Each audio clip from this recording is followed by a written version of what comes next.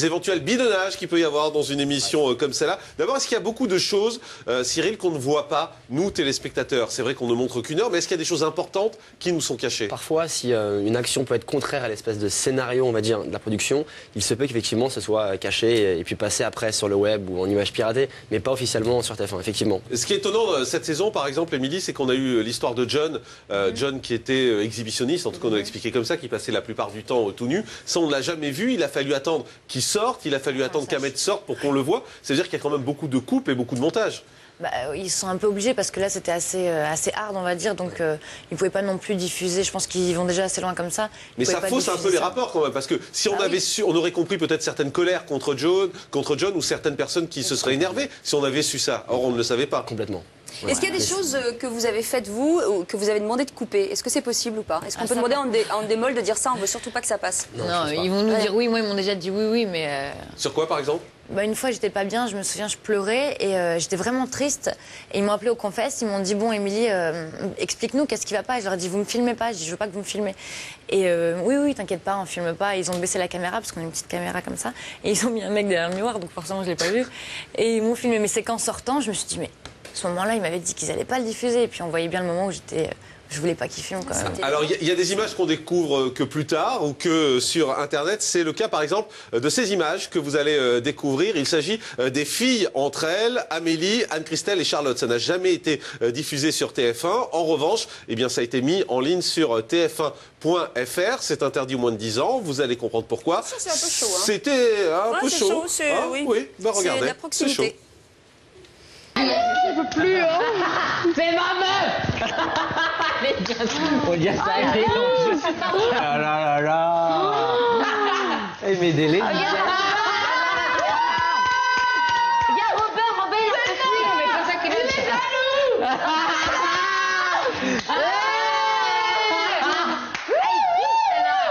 Moi, je voulais une belle Anka dans les chiottes.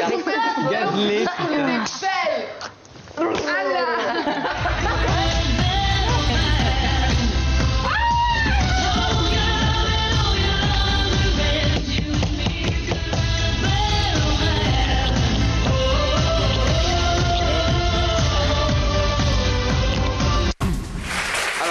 Chaud, on vous avait prévenu, ça arrive souvent. Ça, Cyril, dans les soirées un peu arrosées, que ça se termine comme ça. À mon époque, pas tellement, il me semble. À mon époque, on dirait déjà un vieux. C'était il y a au moins 2 ans. Hein. Pile 2 ans. Non, effectivement, non, à mon année, non, pas tellement. Émilie, ça arrivait? Nous, on va dire que c'était un peu Puce-Hollande. Donc ça n'arrivait pas. C'était un peu quoi? Puce-Hollande. Puce-Hollande. Non, on appelait ça Puce-Hollande parce qu'ils étaient tous vierges quasiment. Ah oui. La plupart de la maison était vierge. Mais comment vous saviez? On se le disait, enfin, tout le monde se parlait, et puis il y avait 5 personnes qui étaient vierges dans la maison. D'accord, donc ça faisait beaucoup, donc c'était pas très chaud du coup? Au contraire, c'était chaud, parce que ça aurait pu être très chaud, ils auraient pu avoir envie. Non, justement, c'était prude. Limite de parler de sexe, c'était... Ah bah ça a bien changé, Secret Ah Story. oui, Et cette année, c'est différent. Alors, ce qui est intéressant aussi, c'est de voir ce qui se passe quand vous sortez de la maison. On a beaucoup parlé du paparazzi Jean-Claude Elfassi, de Séguer. Vous, par exemple, Cyril, quand vous êtes sorti, comment ça s'est passé? Immédiatement, il y a les paparazzi qui viennent vous voir, qui veulent vous faire signer des contrats. Qu'est-ce qui se passe exactement? Moi, mon cas est un peu particulier parce qu'il y a 2 ans, ça fait très peu de temps, mais pourtant ça fait déjà longtemps par rapport à ce qui se passe actuellement, il n'y avait pas encore ce système-là. Donc moi, je me suis débrouillé tout seul. J'ai vendu mes propres photos, moi tout seul, qui étaient des vraies histoires. Une seule histoire avec ma copine de l'époque, Alexandra. C'est-à-dire vous trouvez un photographe, vous faites des photos et vous allez voir les magazines? Non, c'est un pote à moi qui fait des photos, Moi, j'appelle directement les patrons de magazines et je les vends à mon tarif directement. Donc tout seul, je me débrouille. J'apprends sur le tas et ça se passe plutôt bien. Et l'année d'après, je pense qu'il y a des photographes qui se sont dit effectivement il y avait un business à faire là-dessus et qui ont pris contact avec les nouveaux candidats et qui là, donc l'an dernier, le truc a commencé vraiment en fait. Mais à mon époque, moi, j'étais seul et je faisais tout seul. Et Émilie, vous, comment ça s'est passé quand vous êtes sortis? Les paparazzi sont venus vous voir? Nous, à la base, il y avait une agence qui travaillait avec Endemol, donc moi... Pour les photos officielles, ça? Voilà, moi, comme j'étais gagnante et que j'étais avec Endemol, je me laissais... je travaillais avec Endemol, donc je m'occupais pas de tout ça. Les paparazzi, je voyais tout ce que les autres avaient fait en sortant. J'ai dit, moi, je me mouille pas à tout ça. Et arrivé à un moment donné, Et comment ça se passe? Les paparazzi viennent vous voir et vous disent voilà, on veut travailler avec toi? Non, moi ça s'est pas du tout passé comme ça parce que moi ils m'ont toujours eu sans que je le veuille. Ils m'ont toujours pris en photo. Ça veut dire que vous n'avez pas touché d'argent? Moi non. Moi je me suis fait avoir plus d'une fois parce que je voulais pas travailler avec eux. Mais pas du tout. Donc là je conseille aujourd'hui aux nouveaux candidats de travailler avec eux parce que sinon... de une, ils perdent de l'argent, et de deux, il y a des photos qui sont diffusées qui sont pas Alors, forcément... tout à l'heure, vous nous direz ce que vous pensez de Jean-Claude Elfassi, parce qu'on va regarder un extrait, justement, c'était vendredi sur ce plateau, et on a eu un face-à-face entre John, donc, qui est sorti de l'émission, et Jean-Claude Elfassi, paparazzi. Visiblement, les deux ne sont pas parvenus à travailler ensemble, et résultat, une vraie tension. Regardez. John est un pervers, mythomane. D'accord. Donc, il nous l'a déjà dit à tous, on le sait. Moi, j'ai discuté avec John et tous les autres candidats ont discuté avec lui. Il a raconté toutes ces conneries. Il travaille avec un autre paparazzi. Il a raconté toutes ces conneries pour faire de l'argent. Voilà, sur le dos de quelqu'un qui ne pouvait pas se défendre, qui était dans la maison. C'est lâche. Jean-Claude m'a fait chanter et il m'a dit non, vas-y, rigole, vas-y. Non, mais ce que tu dis est pénalement répréhensible. Donc je suis un honnête chanteur, tu l'as dit, je te fais chanter, d'accord. À la sortie, je te fais un procès. Très bien. Il va falloir que tu le prouves. Je vais le prouver, j'ai les copies écran de tout. Jean-Claude Elfassi, ma question est claire. Est-ce que vous le faites chanter? S'éloigne. Est-ce que vous le faites chanter? Bien sûr que non. Est-ce que tu penses que moi, à mon niveau, j'ai besoin d'aller faire chanter un malheureux qui ne vaut rien? Il n'a aucune valeur marchande, il n'existe pas. Il est... Mais c'est le néant. Mais j'ai pas essayé de te vendre, t'es le néant. T'es le néant. T'as essayé de me vendre. T'es obligé d'inventer des histoires. Il a sorti une Tatiana qui est soi-disant sa petite copine qui est enceinte. C'est une nana qui l'a payé parce qu'il n'est même pas foutu de se sortir une fille. Il est obligé de payer une nana pour faire des photos bidons. Donc il a fait une fausse paparazzi avec une nana qu'il a payée. Je la connais, cette Tatiana. J'ai ses coordonnées. Je vais aller, si tu veux l'enregistrer, on va faire quelque chose avec elle. Alors là, il a dit dans la presse qu'elle était enceinte. Elle n'est pas du tout enceinte. Ou alors c'est une génération spontanée. Tu vas voir que dans 3 mois, il va nous vendre un truc. Tatiana a perdu son bébé, ou elle a fait une fausse couche, ou une connerie comme ça. Bon, il raconte que des conneries. C'est un exhibitionniste, un pervers et un mythomane. Voilà, alors quand on voit ces images, on l'a vécu sur le plateau. Ouais. Pourquoi il y a cette violence? Parce qu'il y a beaucoup d'argent en jeu, Cyril? Je pense que c'est le nerf de la guerre dans tous les cas. Donc dans tout type de milieu et de métier, l'argent est le nerf de la guerre et crée des tensions. C'est le cas aujourd'hui dans ce type d'émission. Voilà. Vous avez vendu vos photos, vous l'avez dit tout à l'heure. Est-ce qu'aujourd'hui vous le referiez? Vendre votre vie privée? Oui, mais c'était pas méchant, c'était juste moi dans la rue de jouer Nola tous, donc c'est un truc mignon. Voilà. Combien ça vaut? Alors ça vaut entre 1000 et 20 fois plus. 1000 € pour vendre son couple? 1000 Entre 1000 et 20 000. Et 20 fois plus, donc 20 000, grossièrement. Et Émilie, on a vu Jean-Claude Elfassi, vous avez quel rapport avec lui, vous? Parce que c'est quand même lui qui tourne autour de la plupart des candidats. Ouais, alors lui et moi, c'était la guerre pendant... Ça a été la guerre pendant 1 an, de ma sortie jusqu'à cet été. Pourquoi la guerre? La guerre, parce que c'est un paparazzi, et moi je pouvais pas voir les paparazzi, donc c'était vraiment la guerre. Lui, il me volait des photos avec... mais il a essayé de vous aborder ou pas du tout? Bien sûr, mais comme à l'époque j'étais avec mon ancien compagnon, et que c'était la guerre déjà avec lui, il y avait déjà cette tension dès ma sortie. Donc je pouvais même pas avoir de rapport avec Jean-Claude, voilà. Mais aujourd'hui, on a fait la paix. Ça veut dire que vous faites la paix, c'est-à-dire que vous travaillez ensemble? Moi ouais, enfin on travaille ensemble. Aujourd'hui c'est plus trop moi qui travaille, c'est plutôt sur Secret 4, donc voilà. Mais c'est quelqu'un, en fait, je me suis rendu compte au bout d'1 an que parmi tous les paparazzi et tous les photographes qu'il y a sur Paris, c'est Jean-Claude Elfassi, mais c'est quelqu'un de très loyal et Cyril, d'accord avec ça? Plutôt, ouais. Plutôt? Voilà, Quand on va dans son sens, ça va. Voilà. Très bien.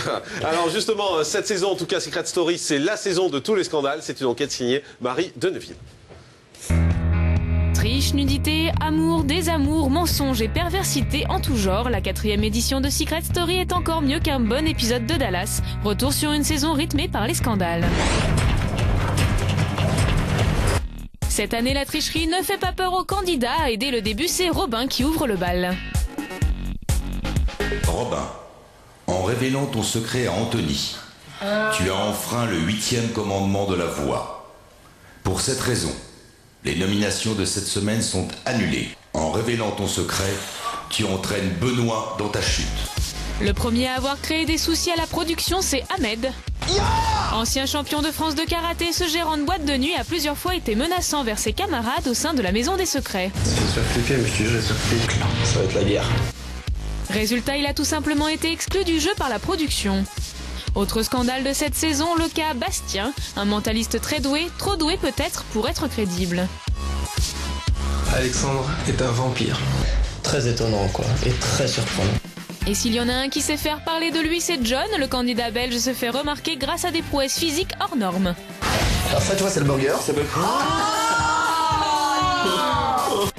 Le candidat a réussi à choquer les téléspectateurs et même ses petits camarades, surtout Ahmed. Sachez que dans la maison, il y a un pervers sexuel. Ce pervers sexuel s'appelle John. C'est une personne qui se balade 6 heures par jour à poil. Il se frotte aux candidates. Au sujet de ce penchant exhibitionniste, Coralie était venue sur notre plateau pour nous en dire un peu plus. Il prenait sans cesse sa douche à côté de moi et il était tout le temps tout nu. Donc j'avais été le trouver, j'avais dit écoute, non, j'avais été le trouver, je lui avais dit écoute John, moi ça me met mal à l'aise, ne prends plus ta douche tout nu à côté de moi. Donc du coup il mettait un short. Et lui, qu'est-ce qu'il en dit? Exhibitionniste, je l'accepte. On en a parlé d'ailleurs à la radio sur Europe 1 l'autre jour. J'ai été nu, j'ai fait des trucs d'exhibition sexuelle. Et l'affaire qui a le plus fait de ramdam, c'est l'histoire d'amour Senna-Amélie. Samedi dernier, Endemol leur a demandé de jouer une fausse rupture plus vraie que nature. C'est une mission. C'est une mission. Je sais, attends. Tu crois que ça m'a pas fait chier? Le massage. Tu crois que ça m'a pas fait chier? Et alors? Pourquoi t'as pensé à moi pour tout ce que t'as dit? C'est pas dit la lettre. Senna, la lettre, Senna. Ça fait 2 semaines que je te vois pas. Ça fait 2 semaines. Tu vois, tu me fais un scandale. Tu fais un scandale. Tu crois que c'est qui? Tu crois que c'est pour qui que je fais ça? Tu crois que c'est pour qui? Pour moi, Senna. Bien sûr, bien sûr. J'aurais pas fait ça, Senna, ça va? Alors quand Amélie nous explique vendredi dernier qu'elle a beaucoup joué la comédie, on y croit, pour le mariage d'abord. Là, franchement, je peux dire que Senna et moi, on est des bons acteurs du fait qu'on en a parlé tous les deux, où des fois, la pro ne sait pas tout non plus. Et on a dit, écoute, moi maintenant, j'ai dit, c'est vrai que c'est pas un vrai mariage parce qu'il est pas officiel. Moi, je suis belge, c'est français et tout ça. Parce que c'est un jeu aussi, parce qu'ils filment aussi les images, donc il faut jouer avec eux là-dedans. Parce que la pro nous a carrément dit jouer avec nous, donc on a joué avec eux. Mais vous dites que vous êtes sincère, ensuite vous dites que vous jouez la comédie. Mais non, mais je suis. Attends, excuse-moi. Moi, je dis, je suis sincère pour mes sentiments pour Senna. Quand vous hurlez, je vais me marier, c'est bidon. C'est bidon, mais je veux dire, moi, je l'ai pris dans ce sens, pour moi en tout cas, une répétition. Ah, c'était pour du faux en fait. Et concernant le bébé alors? On nous a appelé au confessionnal, on nous a dit, voilà, clairement après mariage, c'est quoi? Mais nous on a dit, forcément pour tout le monde en dehors, c'est le bébé. Enfin, en même temps, moi je vous ai vu dire que vous aviez arrêté de prendre la pilule. Non, alors, la pilule, non, moi, on avait parlé avec Senna parce qu'ils étaient tous contre nous deux. J'ai dit, ils veulent jouer comme ça, moi je vais jouer dans leur jeu. Moi j'ai joué comme ça, puis moi j'ai dit aussi que je ravale ma pilule pour les autres candidats. Et puis j'ai dit, ils veulent croire que moi je suis enceinte, eh bien on va jouer avec eux, voilà. Donc vous continuez à prendre la pilule? Mais bien sûr que oui, attendez, ça va aller ou 3 mois, je suis pas non plus stupide pour dire, pour faire un enfant. J'ai quand même mais ça aussi c'était bidon, cette histoire de gamin alors? Mais oui, l'enfant non, c'est dans 2-3 ans. Oui, non, mais l'histoire de fait que peut-être je suis enceinte, je vais faire un test de grossesse. Non, mais c'est sur Alice. Et le test de grossesse? Je l'ai jeté à la poubelle, je l'ai pas fait. De plus en plus stratégiques, les candidats d'aujourd'hui ont grandi avec la télé-réalité et en maîtrisent les rouages, mais la production sait s'adapter à ces nouveaux enjeux en devenant de plus en plus perverse chaque semaine. Et à 5 jours de la finale, on n'est pas à l'abri d'un nouveau scandale qui conclurait cette saison en beauté. Alors Cyril, quand on voit ça, cette histoire de faux mariage, de faux bébé, de fausse volonté d'être enceinte, ça aussi quand même ça fait partie, c'est assez nouveau. C'est-à-dire qu'on a le sentiment qu'Endemol influence énormément ce qui se passe à l'intérieur de la maison. Mais je pense que déjà les candidats voient l'émission avant de la faire, donc on vu l'an dernier, il y a 2 ans, il y a 3 ans, et c'est une sorte de mémoire empirique, du coup on sait ce qui va se passer, donc on va jouer avec ce truc-là. Et la production, comme il est dans le reportage, joue aussi avec ça et complique un peu la donne. Donc du coup des missions plus compliquées et plus perverses, et les candidats jouent plus le jeu. Et on arrive à des mariages et des fausses... des faux bébés dans l'émission. Émilie, on vous aurait proposé d'épouser Léo. Vous l'auriez fait? Jamais de la vie.